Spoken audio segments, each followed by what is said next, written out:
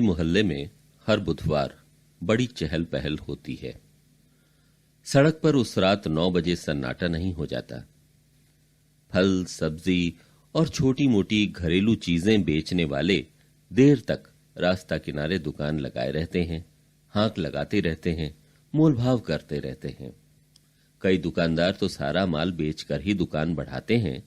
हालांकि कुछ अभागे अगले बाजार के लिए बचा खुचा सामान समेटते सहेजते भी नजर आते हैं। आधुनिक भारत की राजधानी दिल्ली से बस 2 किलोमीटर दूर ये मोहल्ला अब भी किसी पिछड़े अर्धविकसित कस्बे से बेहतर नहीं। यहां की सड़कों पर सिर्फ चुनावों के समय झाड़ू लगता है। यहां की नालियां साल भर बजबजाती हैं। यहां आवारा कुत्ते, गाय और बंदर राहगीरों का जीना हराम करते हैं और कर्णभेदी संगीत तथा कर्कश हॉर्न यहां की तहजीब में कुछ वैसे ही शुमार हैं जैसे बड़बोलापन कुछ लोगों की आदत का अहम हिस्सा बन जाता है। यहां के ज्यादातर मकान 3 मंजिलें हैं। अधिकतर इमारतें खस्ता हाल हैं। बिजली आंख मिचौली खेलती रहती है और हर 2-3 महीने में कोई न कोई ट्रांसफार्मर फूंकता रहता है। 7-8 साल पहले यहां एक सिनेमा मॉल खुला था, पर अब वो ऐसे खंडहर में तब्दील हो रहा है जिसमें सिर्फ उल्लू बोलते हों। मोहल्ले में 2 पार्क हैं जहां खुशकिस्मत लोग बेतरतीब उगे पेड़ पौधों के किनारे बची चंद सही सलामत बेंचों पर बैठकर अनुपस्थित व्यक्तियों की बुराई करते रहते हैं। थोड़े शब्दों में कहूं तो ये जगह मनहूस है। बड़े शहरों में 35 साल की नौकरी से सेवानिवृत्त होने के बाद मैं इसी मोहल्ले में बस गया हूं। यहीं क्यों बसा, कहीं और क्यों नहीं गया, वो बात जाने दीजिए। वो एक बड़ी चर्चा का विषय है जो कभी किसी और कहानी में करूंगा। यहां मेरे जैसे लोगों की दिनचर्या फ्लैट के अंदर से शुरू होकर फ्लैट के अंदर ही खत्म हो जाती है। बस बुधवार का हाट ही है जो बासी खिचड़ी में ताजे देसी घी का एहसास दिला देता है। सामान बेचने की होड़ में भरो भरो भरो पुकारते दुकानदारों से मोल भाव करते ग्राहकों को देखना मेरे लिए कौतुक का विषय है। साथ ही ताजी हरी सब्जी खरीदने का आकर्षण भी कोई कम नहीं होता। लिहाजा मेरी पत्नी और मैं दोनों हर बुधवार की शाम तंग सीढ़ियों से आहिस्ता आहिस्ता उतर धीमे कदमों से बाजार का चक्कर लगाकर खरीदारी जरूर करते हैं। घंटे भर का शगल भी हो जाता है और 20-30 रुपयों की बचत भी हो जाती है। कल बुधवार था।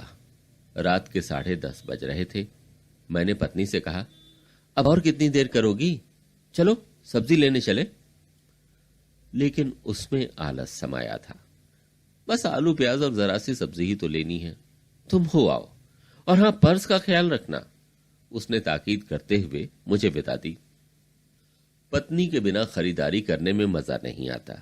1 रुपए का धनिया भी खरीदने से पहले वो 15 सब्जी वालों से भाव पूछती है, जबकि मैं बस उनकी हाँक सुनकर ही काम चला लिया करता हूं। मैं सब्जी चुनने में भी सावधानी नहीं बरतता, जबकि वो एक एक आलू नाप तौल कर उठाती है और कभी कभी तो वजन भी दोबारा तुलवाती है। कंधे पर झोला टांगे मैं दुकानों की कतार के बीच बढ़ने लगा। इतनी रात को भी दूसरों से टकराए बिना चलना नामुमकिन नहीं तो मुश्किल जरूर था। बहुत सी दुकानें आधी से ज्यादा खाली हो चुकी थीं। आमतौर पर ऐसी हालत में भाव कम होने लगता है, पर उन दुकानों में दाम अभी ऊंचे ही थे। वैसे भी इस बाजार के आरंभ की 101 दुकानों के दाम बाद की दुकानों की दर से हमेशा ज्यादा होते हैं। मैं आगे बढ़ता गया। टी क्रॉसिंग पर एक दूसरी सड़क से मिलते ही हाट 2 समकोणीय दिशाओं में फैल जाता है। उत्तर दिशा की ओर 300-400 दुकानें होती हैं और दक्षिण की तरफ लगभग 100। उत्तर दिशा की ओर चलने फिरने की जगह इतनी कम होती है कि अक्सर परेशानी हो जाती है। कहीं छाता फंसता है तो कहीं झोला अटक जाता है। हम ज्यादातर खरीदारी हाट के दक्षिणी भाग में ही करते हैं। आज तो पत्नी भी साथ नहीं थी, इसलिए कहीं और जाने का सवाल ही नहीं उठता था। मैं दक्षिणी भाग की ओर ही मुड़ गया। प्याज का ठेला देखते ही खरीदने को बढ़ा। तभी याद आया कि पत्नी की सलाह है, आलू प्याज अंत में लिया करो, उनका भारी बोझा काहे को ढोए फिरते हो।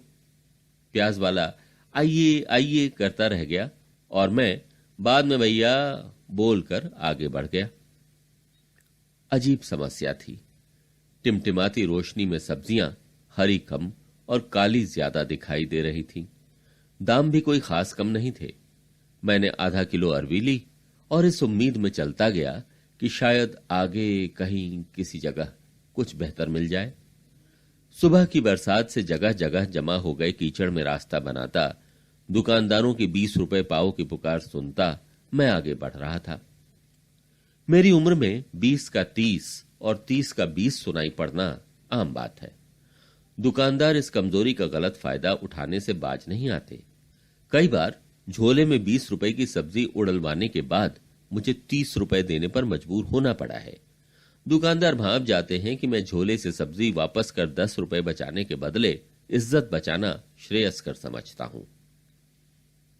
एक दुकान काफी खाली खाली थी। बस थोड़ा सा माल ही बाकी बचा था। 3-4 लौकियां, 2-3 किलो शिमला मिर्च, थोड़ी सी फ्रेंच बीन्स और 4-5 किलो परवल। मैं शिमला मिर्च टटोलने लगा तो दुकानदार बोला, ये मेरी तरह मोटी हैं पर भारी नहीं है। मुझे हंसी आ गई। हर सब्जी का दाम बाकी जगहों से कम था। मैं थोड़ी बहुत मात्रा में हर सब्जी तुलवाने ही वाला था कि दुकानदार पहले एक महिला के लिए फ्रेंच बीन्स तोलने लगा। मुझे चिढ़ तो हुई पर जब्त करके रह गया। ये डर भी था कि ध्यान भटकने से कहीं सब्जियों के दाम भूल न जाऊं और दुकानदार मूर्ख बनाकर मुझसे ज्यादा पैसे न झटक ले। एकाग्रचित्त होकर मैं मन में 10 की लौकी, 25 की शिमला मिर्च दोहरा ही रहा था कि दुकानदार महिला से बोला, देख लीजिए देख लीजिए, एक एक फली देख लीजिए, सब बढ़िया है। महिला ने उक्ताए स्वर में कहा, हाँ भाई हाँ ठीक है, इतना नहीं देखना मुझे। फिर मुझे देखते हुए बोली, इन लोगों की यही प्रॉब्लम है, शराब पीकर अनाप शनाप बकने लगते हैं। मैं चौंका। इधर उधर देखा तो वहां मेरे सिवाय कोई था ही नहीं। वो ऐसी आत्मीय बात मुझी से कर रही थी, लेकिन मैं तो उसे जानता भी नहीं था। महिला अंधेरे में ठीक से तो नहीं दिखी, पर वो मुझे परिपक्व औरत कम और 25-30 साल की युवती ज्यादा मालूम हुई। साधारण नाक नक्श और मझोली कदकाठी वाली घरेलू कपड़ों में लैस वो युवती मुझसे क्यों बात कर रही थी, मेरी समझ में जरा देर से आया। दुकानदार को पिए हुए जानकर वो ये नहीं जताना चाहती होगी कि वो अकेली थी। मैंने भी उसी के लहजे में उत्तर दिया, अच्छा तो ये बात है। सब्जी खरीदकर वापस मुड़ा तो युवती मेरे पीछे ही भरा झोला लिए खड़ी मिली। मैं उसे देखकर मुस्कुराया तो उसने बड़े आग्रह से कहा, सुनिए, मुझे मेरे घर छोड़ देंगे? दरअसल उस तरफ सुनसान पड़ता है। हाट की दक्षिणी सीमा पर शिव मंदिर है। युवती ने उसी ओर इशारा किया था। मुझे उससे सहानुभूति हुई। पता नहीं किस मजबूरी में उसे इतनी रात को अकेले हाट में आना पड़ा था। मेरे मना करने से कहीं उसे अकेले जाना पड़ गया और उसके साथ कोई हादसा हो गया तो जरूर उसने मेरी उम्र देखकर आग्रह किया होगा, वरना लड़कियां गैर मर्दों पर कहां भरोसा करती हैं। चलिए, मैंने कहा। युवती खुश हो गई। थैंक यू, मुझे मालूम था कि आप मेरा साथ जरूर देंगे, वो खनकती हुई आवाज में बोली। मैं चकराया। मैं चेहरे और नाम भले ही भूल जाऊं पर आवाज जल्दी नहीं भूलता। पर इस लड़की की तो आवाज भी याद नहीं थी मुझे। क्या मैं सचमुच उससे कभी नहीं मिला था? हो सकता है कभी किसी के घर मुलाकात हुई हो जिसे मैं भूल गया पर उसे याद रह गया हो, वरना इतने अधिकार से कोई कैसे बोल सकता है। मुश्किल यह थी कि मैं उससे इस बारे में कुछ पूछना भी नहीं चाहता था, उसे खराब जो लगता। हम दोनों साथ साथ चलने लगे। हाट की आखिरी दुकान के बाद सचमुच सन्नाटा छाया था। 60 फीट चौड़ी सड़क 100 फीट चौड़ी लग रही थी। बादलों से छन कर आती चांदनी में सफेद और पीले मकान भी मटमैले दिख रहे थे। 20-30 कदम चलते ही मुझे याद आया कि मैंने आलू प्याज तो लिए ही नहीं थे। पर अब क्या हो सकता था? भला मैं उसे सुनसान रास्ते पर अकेली छोड़कर कैसे जा सकता था? कहां है घर आपका? मैंने शब्दों से उलझते हुए पूछा। पास ही है, चौराहे से जो रास्ता अंदर सिनेमा मॉल की तरफ जाता है, बस उसी पर, उसने इठलाते हुए कहा। फिर सकुचाते हुए बोली, मैंने आपको बेकार में फंसा दिया ना। क्या करूं, घर में और कोई भी जाने की हालत में होता तो मुझे नहीं जाना पड़ता, और जब निकलने में लेट हो गई तो वापस लौटने में और देर तो होनी ही थी। वो और तेज चलने लगी, लेकिन बड़े सलीके से, मेरी तरह लदर फदर करती हुई नहीं। मैंने कनखियों से देखा तो वो बिल्कुल सामने देख रही थी। शायद उसके होठों पर मुस्कुराहट थी। दिखने में वो मामूली भले ही रही हो, पर उस समय आकर्षक लग रही थी। तेज चलने के बावजूद उसके पैरों से आहट तक नहीं हो रही थी। बातें दिलचस्प बनाती है, सोचते हुए मैंने कहा, नहीं नहीं, कोई बात नहीं, मेरा घर भी उधर से कोई ज्यादा दूर नहीं। चौराहे से अंदर की तरफ मुड़ते ही मैं चौंक गया। रास्ता इतना अंधेरा होगा मैंने कल्पना भी न की थी। मैं उस रास्ते से अक्सर गुजरता था, पर दिन की रोशनी में वो रास्ता किसी भी और रास्ते की तरह बिल्कुल मामूली दिखता था। अभी तो कुछ भी साफ नजर नहीं आ रहा था, मानो चश्मे के लेंस पर भाप जम गई हो। शायद आसमान में बादल गहरा गए थे। हमारी पदचाप सुन कुत्तों ने भौंकना शुरू कर दिया, कुछ रोने भी लगे। मुझे कुत्ते पसंद हैं, पर रात में अजनबी कुत्तों का भरोसा नहीं किया जा सकता, और उनका भयावह रोना सुनकर तो मेरे बदन में झुरझुरी दौड़ जाती है। आपको मालूम है, कुत्ता भैरव का वाहन है। लड़की की आवाज ने मेरा ध्यान भंग किया। सुनसान में मैं उसके कपड़ों की सरसराहट साफ सुन पा रहा था। ध्यान देता तो शायद उसकी सांसों की आवाज और दिल की धड़कन भी सुन लेता। अजीब इत्तेफाक था। हम शिव मंदिर को पार करने के बावजूद शिव के ही दूसरे रूप भैरव के वाहनों के समीप चल रहे थे। आपको कुत्ते पसंद हैं? मैंने पूछा। नहीं, मैं कुत्तों को पसंद नहीं करती, और मैं मुझे पसंद नहीं करते। लड़की हंस पड़ी, जैसे बड़ी मजेदार बात कहती है। कुत्ते घबराकर दोबारा भौंकने लगे। मुझे अचानक डर सा लगा। अगर ये लड़की मुझे सचमुच फंसा दे तो मैं क्या करूंगा? भले घरों की लड़कियां रात में अनजान आदमियों के साथ इस तरह बेपरवाह घूमती हैं क्या? अगर उसे डर लग रहा था तो उसने मेरे जैसे दुर्बल प्रौढ़ का साथ ही क्यों चुना? अगर उसके साथियों ने मुझे घेर लिया तो मैं क्या करूंगा? मेरी गर्दन से पसीने की बूंद टपकने लगी। मैं लड़खड़ा सा गया। कुत्तों को क्रोध प्रकट करने का एक और कारण मिल गया। आपका झोला भारी है क्या? मैं उठा लूं? उसने सहानुभूति जताई। नहीं नहीं, आप लड़की होकर ऐसे मत पूछिए, सामान तो मुझे आपका उठाना चाहिए, मैंने झेंपते हुए कहा। अंकल, मुझे तो आदत है, इससे कहीं ज्यादा भारी वजन लेकर यूं जा सकती हूं इधर से उधर।